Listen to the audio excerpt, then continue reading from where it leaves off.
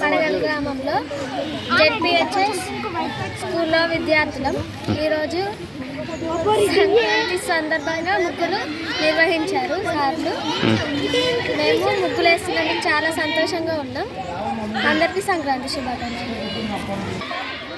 ఈరోజు పడగల గ్రామంలోని జెడ్పీహెచ్ఎస్ ఉన్నత పాఠశాలలో ముగ్గుల పోటీలు బ్రహ్మాండంగా సంక్రాంతి పండుగ సందర్భాన్ని పురస్కరించుకొని నిర్వహించడం జరిగింది. దీంట్లో అత్యుత్సాహంగా మా చిన్నారులు, ముఖ్యంగా 6వ తరగతి 7వ తరగతి పిల్లలు చాలా హుషారుగా పాల్గొని బ్రహ్మాండమైనటువంటి ముగ్గులు దించి పండగ వాతావరణాన్ని కల్పించారు.